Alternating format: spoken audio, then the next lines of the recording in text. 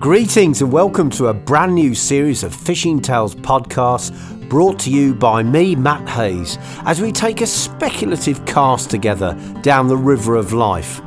In the first of a groundbreaking, for me anyway, new series, I'll be including visual elements in the podcast so that you have something to look at as well as listen to. And I'll be using a mixture of great fishing images from my archive and the odd video clip as well. The idea being to create a podcast that's richer than your normal run-of-the-mill nonsense. And although there will be some pictures and films to look at, it still works if you just want to sit back and listen to the audio. Now, the late David Hall once described one of my early videos as the best cure for insomnia he'd ever come across. Thanks, David. But the fact is that if you just simply want to listen and fall asleep, it's perfectly alright by me. You might be listening to this in a bivvy by a favourite lake somewhere. I hope so, because it's quite a romantic idea. And talking of my ability to soothe people into a state of wonderful sleepfulness, I'm going to celebrate that fact later on in a feature for the podcast that I'm called Going Dark. And during this section, I'll actually be reading a chapter from my book Red Letter Days. And the idea is that it's something to relax and enjoy, so there won't be any pictures or distractions during that very last part of the podcast called Going Dark. I'd love to hear where you listen to the podcast. On the bank, at home, at work, or at bedtime. Don't forget to let me know. The Fishing Tales podcast is a mixture of stories, postcards and snippets from the world of angling. The odd fishing yarn or two will feature in Every Picture Tells a Story, which will be a main feature of every podcast, in which I choose one of my favourite pictures from the archive and tell you the backstory. I've chosen two great images to get us started.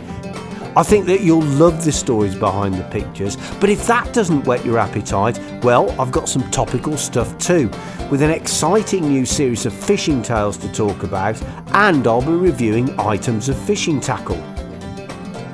How about angling lifestyles? What is the ultimate angling lifestyle? Is it the one described here in this clip by the Duke? And that way of thinking has led me to do some quite dramatic and drastic things in my life. I mean, I gave up a really good job in engineering just so that I could go fishing more. That led me to moving home. It wasn't good enough for me to live in the city and just go pike fishing now and again. Pike had got to be part of my everyday life. Now, I reckon that retiring early and living next to your own lake is just about tops. You can't really beat that, can you? And I'll be telling you later about the dream species my dream lake would contain. But in the meantime, why don't you consider the same question and decide what species you'd have in your dream lake? You can have any mix you like. Remember, it is a dream lake after all. But first, here's a picture of the Duke posing with a big trout reservoir pike weighing over 34 pounds. It's one of my favourite angling photographs, one of my favourite photographs of the Duke, and there are just so many things that I like about it. So later on, I'll be looking at a photograph of the Duke with his big 44-pound carp from the monument. But for the time being, we'll stick to pike and this image. The pike that you can see Mick holding here was caught at Blithfield Reservoir, which is a reservoir near to Rugeley in Staffordshire. Probably about 25 years ago. Blithfield first came on the radar of people who were in the pike scene as being a place where there was some huge pike being caught on the quiet by members of the trout fishing club. Now, back in those days, it was quite commonplace for game fishing associations and clubs to cull pike, in other words, to take pike out of the water and kill them because of the damage that they perceived that was being done by the predators to the trout stock. Now, at some point in the late 90s, they had a bit of a change of heart and decided that they were going to invite people into the pike fishing days, and that the pike, instead of being cold, would actually be moved on to another water. It wasn't ideal, but it was better than having the pike killed. And there were quite a few people who got in on the initial invitations, me being one of them. And so people like myself, Mick, Max Cottis, from Fox, because Mick and I were with Fox at that time, we managed to get in on some of the early fishing trials, as they were known. And the results were absolutely fascinating. The fish were never a pushover to catch, actually. They were always difficult to catch, and they were strange in some of their habits. But I'll tell you, we had some really great days. Blithfield as a reservoir is a little bit special, really. It's got a huge causeway that runs down the middle of it, so it's bisected by a main road. You can actually drive right across the middle of it. So you've got effectively the end where the dam wall is, which is the deepest end predominantly, where you've got the boat yard and the area where the boats go out from. And then at the other end of the lake, it divides into two. And basically you've got two arms. The Tad arm and the Blythe arm, and one of them actually links into a stream and another one links into a reasonable sized river. So the reservoir's had coarse fish in it for many years along with trout, and like many trout reservoirs, the pike in these places flourished at Blithfield. At one time, the members there on the limited pike days that they had were catching so many 30-pound pike it almost defied belief. Now, when we got to fish it, the fishing wasn't as good, but nonetheless, during my time at Blithfield, I saw some amazing pike caught, and I even caught some amazing pike myself. What I remember most, I suppose, about Blithfield is the atmosphere. It's a large reservoir, but on calm days, it could be just magnificent. And then 10 minutes later, the elements would completely change because it was a large body of water. So, the weather was always changing there. And then it could be just a raging maelstrom and one where you had to seek the shelter of the bank and stop fishing for several hours because it was just too rough to be out there. It was a remarkable place, and it was raw fishing. That and the combination of the possibility of these huge, and I do mean huge pike. I mean, we genuinely thought at the time that we might be fishing for a record. And we might have been, It's quite possible. I remember I was with Stuart Allen and we were in a boat and we drifted into St. Stephen's Bay. I put the anchor down and we were casting away around the boat on the edge of a weed bed and caught a couple of double-figure pike, as I recall. And then something made me look down toward the bottom. And I thought I could see a sort of an old bucket covered in algae or something lying on the bottom. It was that sort of shape, a bucket shape.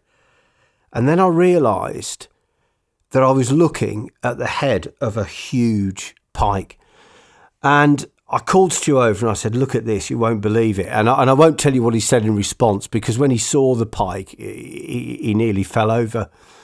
Anyway, that very same pike had one go at my fly about an hour later. We rested the bay because we couldn't catch this fish. We tried dangling flies off its nose and it just got annoyed and swam away. But we came back a couple of hours later, slipped in the anchor, fishing on the same spot, and I had a truly enormous pike that just came up really slowly and just rolled over the fly, and it seemed to take forever for it to complete this roll. It was all in slow motion, and just the wake that it left behind was as if someone had switched on about 10 washing machines under the surface. It was a huge fish and it brushed against the fly, and I was so close to catching that pike. So if you were fishing on Watery Lane, then basically you had the right-hand swim, you'd be casting onto a slope on your right-hand side, which is literally where the reinforcements for the causeway came down and met the water before eventually giving way to a bridge. So there was quite a bit of structure and a slope there, which the pike liked, and it did make it a bit of a hot spot. One of the quirks about fishing at Blithfield was that people were prepared to stand really close together to fish some of the hot spots that were located around the edges. you could quite frequently see quite well-known pike anglers, all standing about 3 metres apart and just casting and casting for hours and hours and hours. And occasionally, after fishing the same spot for 2 or 3 hours and making umpteen casts, someone would just catch a fish. Mick and I weren't too keen on getting involved in that sort of thing. And on the day in question, we decided to kind of pop round the corner and get out of the way a little bit and fish a very nice area where there was no one else fishing. So it was absolutely ideal. And of course, the result was this amazing pike, which was caught on a lure. And the thing about a pike of this size is, and fishing a place like Blithfield, is that when that rod begins to bend, it really does bend, and then your mind starts racing about the possibilities. When you look at this fish, you realise why troutwater pike are so special. They're incredibly deep-bodied fish. They don't live that long, actually. Troutwater pike probably live an accelerated lifestyle that means they're dead within maybe 10 or 12 years, but they can reach 30 pounds within 7 years. So they've got a very accelerated growth rate, caused, of course, by the richness of the diet with all those trout mixed with probably a decent head of coarse fish as well. And when you look at this fantastic pike being held by Mick, it's certainly my hope that Blithfield will once again do fish of this size one day. It doesn't currently, but you never know what will happen in the future, because everything changes in fishing. Nothing stays the same, and waters go through huge cycles. And it's a lovely thought to think that one day I might be fishing the lake again with the thought that possibly, just possibly, there might be a record in there. If you haven't seen it before, Fishing Tales is a series of fishing adventures filmed specifically for social media. You can find past seasons of Fishing Tales both on my Facebook page and my YouTube channels. Just search for Matt Hayes Fish to find me on YouTube, Twitter, Instagram and Facebook. Fishing Tales is a delight really, because it's short and very sweet. It's a piece of fishing flotsam and jetsam that occasionally washes up on your shore and takes you back to the golden days of your fishing. We get so few opportunities to get together these days, so when we do, we really try and make the most of it. Of all the things that I've been involved in filming, I think Fishing Tales is the nicest to make. So now we come to season 3, and a slight tweak in that I'm making the episodes longer to include some how to do it material that I know anglers like to see, and certainly that's in line with the feedback that I've been receiving on YouTube. In the coming season there are several episodes featuring me and the Duke pike fishing with both dead baits and lures. We catch some really nice fish and the underwater footage is very cool. I'll also be featuring solo in a few episodes where you'll catch me float fishing from Mick's bag at Furnace Mill and targeting some carp at Angler's Paradise. Now while we were out filming Fishing Tales, we were also testing some new tackle sent to us by Shakespeare, Abu Garcia and by Svartzonka. It's fair to say that you won't find a bad review here, but nor will you find a review that is about something we don't feel we can recommend. For the Fishing Tales podcast, I'll be cherry picking items that stand out for me and or the Duke, and we'll tell you what we like about them. To kick things off, here's the Duke reviewing a pike rod and reel kit designed for bait fishing and at a very reasonable price. This is a really nice combination that's on offer at the moment. It's a Shakespeare Sigma rod and Shakespeare Sippy reel. And really, although it's fairly budget price, it's got everything that I would ask for a pike rod and reel. First of all, it really casts baits out beautifully. The tip's not too soft, it's just right for propelling those dead baits out. But there's a lot of power down in the bottom end as well, where you should hook into a big fish. It's 12 foot long, rods of 10 to 12 foot are the standard nowadays. I quite like for bank fishing a 12 foot rod. Now have a look at the reel. This is a free spool reel. And it comes already loaded with 15-pound mono, and the free spool's great because you can cast your rig out And if you should turn away for a moment and not see what's going on, the pike won't pull the rod in, it'll just operate the freeze fall mechanism. So now we're going to stay with the Duke for a moment as we consider the subject of angling lifestyles. And that way of thinking has led me to do some quite dramatic and drastic things in my life. I mean, I gave up a really good job in engineering just so that I could go fishing more. That led me to moving home. It wasn't good enough for me to live in the city and just go pike fishing now and again. Pike had got to be part of my everyday life. Well, having known the Duke for a number of years, I can hardly argue with his vision of the perfect lifestyle, can I? But I have been giving some thought to this, and I think probably retiring to your own lake and having a house right on the waterfront or even on an island in the middle of the lake would be absolutely amazing, don't you think? I mean, imagine waking up every morning, pulling open the curtains, and there's that wonderful scene in front of you. But of course, the killer question is, what species of fish would you have in the lake? And I've been thinking about that too. I like to catch bigger fish, so I'd be aiming to get perhaps a smaller head of fish, not too easy to catch, but growing up to specimen size. So let's just have a think about which ones I'd include. Well, I'd like to have a balance between some winter and some warmer water fishing. So dealing with the summers and the warmer seasons first, I'd say probably carp, obviously, but probably limited to just a few big fish.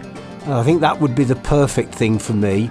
And I'd certainly like to have crucian carp in there because I think they're a wonderful species to fish for in the summer, along with, of course, what angler doesn't love, fishing for tench, or what true angler should I say, because they really are a quintessentially British coarse fish and wonderful for all of that. And of course, in the right environment, they do grow to really big sizes. But I'd also be looking for some winter fishing as well, and I would definitely like to have predators in the lake. In fact, I'd quite like to have a fair few predators, but the problem with that is, of course, it's very difficult to have lots of large predators and lots of large other fish as well. It just doesn't tend to work that way. But it is a dream lake, so we're allowed to do what we like. And I'd like perch, definitely, because I love perch fishing. Pike, of course. I think over the last few years, pike have just got higher and higher up my list of great target species. And then there's chub, because they are a predatory fish and they do tend to do rather well in still waters. They respond very well during the winter. And I definitely have roach too. Who wouldn't want to fish for big roach if they could? I don't know a true angler that wouldn't. So I'd love the lake to contain roach, either a lot of roach, which would be a great population of prey fish for the predatory fish, or, and ideally, one or two bigger roach to fish for. It'd be really nice. Anyway, we're going to move on to another section now. We're coming towards not the end of the podcast, but the last and final section, which is called Going Dark. So there won't be any visuals with this one. So the idea is that I'm just going to read you a chapter from my Red Letter Days audiobook. And if you want to drop off to sleep while I'm reading it, well, good on you. Chapter 2. Himley and the Return of the Prodigal Son. Almost 20 years ago, I fished an old estate lake located in a public park on the outskirts of Dudley. The water, Himley Hall Park Lake, was a jewel in an otherwise urban desert and contained some cracking fish. Like many other lads in the area, I grew to love Himley and its sloping green grassy banks, lush vegetation, vast canopies of trees and its lily pad studded water. In fact, the quality of fishing at Himley was so good that I reckon it was responsible for keeping a lot of us off the streets, and probably a few out of jail too. Perhaps the greatest thing about Himley Lake was its thriving population of tench and crucian carp. To kids who are used to hauling gudgeon out of the local canal or ponds, the prospect of catching half a dozen tench and a bag of crucians was inspirational stuff. I loved the fishing at Himley so much that I would go to almost any lengths to get there. On Friday nights, when I downed several pints of Stella Artois, I would sleep for an hour and get up at 2:30 a.m. to walk, tackle laden, to Himley for a dawn start. Despite foolishly inflicting some almighty hangovers on myself, I never missed a Saturday morning there, and I have some terrific memories of nets full of tench and crucian carp that shone like golden dinner plates. Then, one day shortly before I turned my back on the place to fish elsewhere, I spotted a strange white shape in the water. On closer inspection, it turned out to be a dead fish, a long silver beast weighing around 8 pounds. At first glance, it looked very much like a chub, and I can remember staring at it, slack-jawed, thinking that it was by far the biggest example of the species I'd ever seen. After more studying, I realised that the fish had a small, almost twisted mouth and a broad, flat head. I had seen my first grass carp, one of a quantity of exotic fish recently stocked. And that was that, or almost. Shortly afterwards, I moved out of the area, and those halcyon days at Himley were locked away in my brain, gone but not forgotten. 3 years ago, I returned to live in the Midlands, but it never occurred to me to revisit the lake until a few evenings ago I received a phone call from fishing friend Mark Law. In conversation, Mark casually mentioned Himley, and my interest was immediately stirred. "They're catching some big double-figure grass carp," he told me, "on floaters mostly." Since I'd never caught a double-figure grassy, the idea worked its way into that little area of my brain marked immediate obsession. "Right," I said to Mark. "Well, I reckon we should check the old place out again." And that's how, on a warm spring day, I found myself staring from the car park at a lake that I had not seen for 20 years. The old place hadn't changed at all, although it was smaller than I remembered it, probably because I'm used to fishing vast gravel pits these days. Everything else was just as I left it. The sloping banks, the gaggles of ducks and geese, and yes, the lily beds were there too. Anglers lined the banks, fishing, I noted, all the best tench pegs.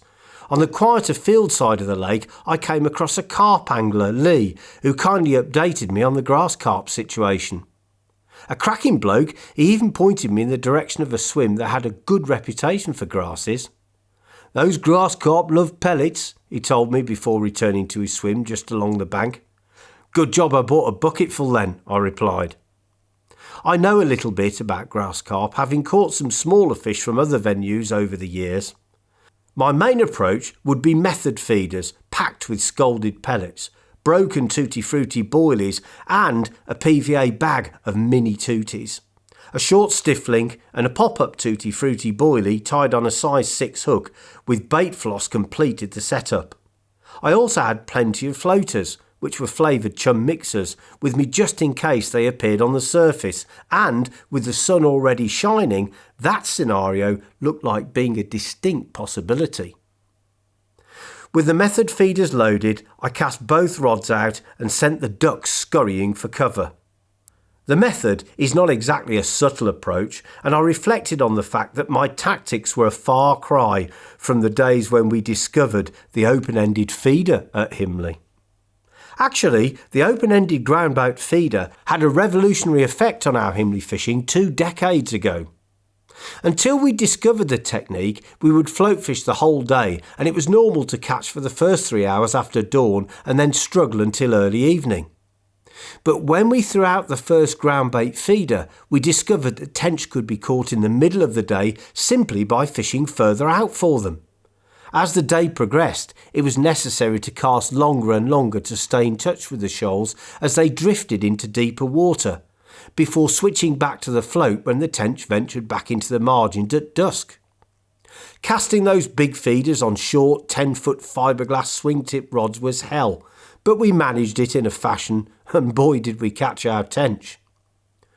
Beep, beep, beep! My buzzer sang out, snapping me from the daydream, as surely as if someone had thrown a bucket of cold lake water over me. I looked up just in time to see the water boil over the top of where my left-hand method feeder had been cast. Something had a liking for Tutti Frutti pop-ups. After picking up the rod and bending into a fish, I knew immediately that I was connected to a grass carp. The resistance at the other end, though solid, took the form of a dull plod rather than a determined, powerful run.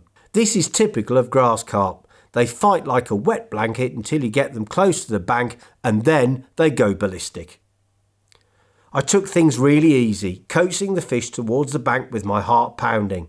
An hour into the session, and I had hooked what I had come for. I could hardly believe it. The last thing I wanted was to lose the fish.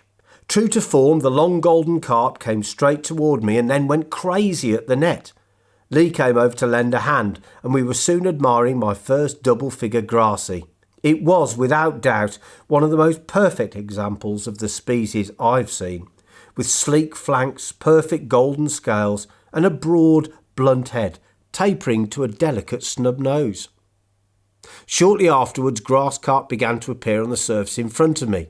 Like submarines they cruised, slightly subsurface, begging to be offered a floating bait.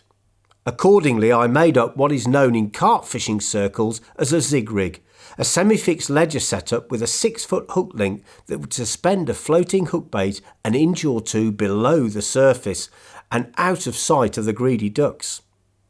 After firing out some chum mixers, I was pleased to note that the grass carp were competing with the army of ducks to snaffle the odd biscuit. After firing the rig into position, I flicked the free spool lever on the reel forward. For the next few hours, I enjoyed a procession of visitors. Paula, one of the park rangers, came first, and we chatted about the park, the hall, her part-time employment as a hat maker, and of course, the fish of the lake. Just after she left to continue her rounds, the zig rig roared off. I'd been watching the floating bait out of the corner of my eye and looked up just in time to see a delicate rise that turned immediately into a huge bow wave, followed by a fizzing reel. Grass carp number 2, another double-figure fish, was netted just as 2 local anglers, Steve and Charlie, came over for a chat. During the course of the afternoon, I nattered with several people, including a local lad named Alan. He watched me fishing from a distance before venturing over to break the ice. It turned out that Alan was a keen falconer, and we struck up an immediate rapport when I told him how fond I am of owls. Eventually the conversation turned to fishing, and Alan told me how he'd not fished for 5 years. "I used to be as keen as mustard," he said. "In fact, I fished all over the world at one time, and all over this country, of course." "So how come you stopped?" I asked. "I used to go with the missus," he sighed. "In fact, she was keener than me."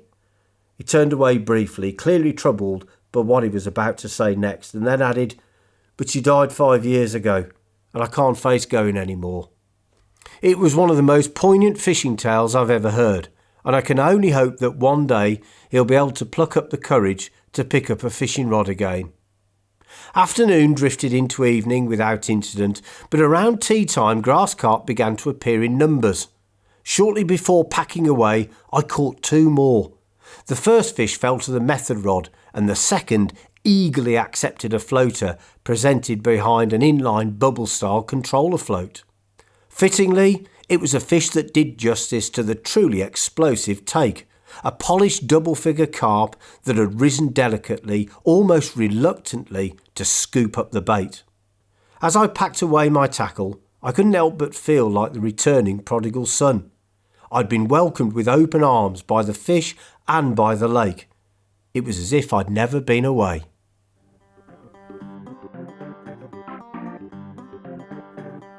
So that just about wraps up the first Fishing Tales podcast of a new season, but there's going to be more coming in the future on a regular basis. Please subscribe, thanks for your support, and in the meantime, until the next one, tight lines.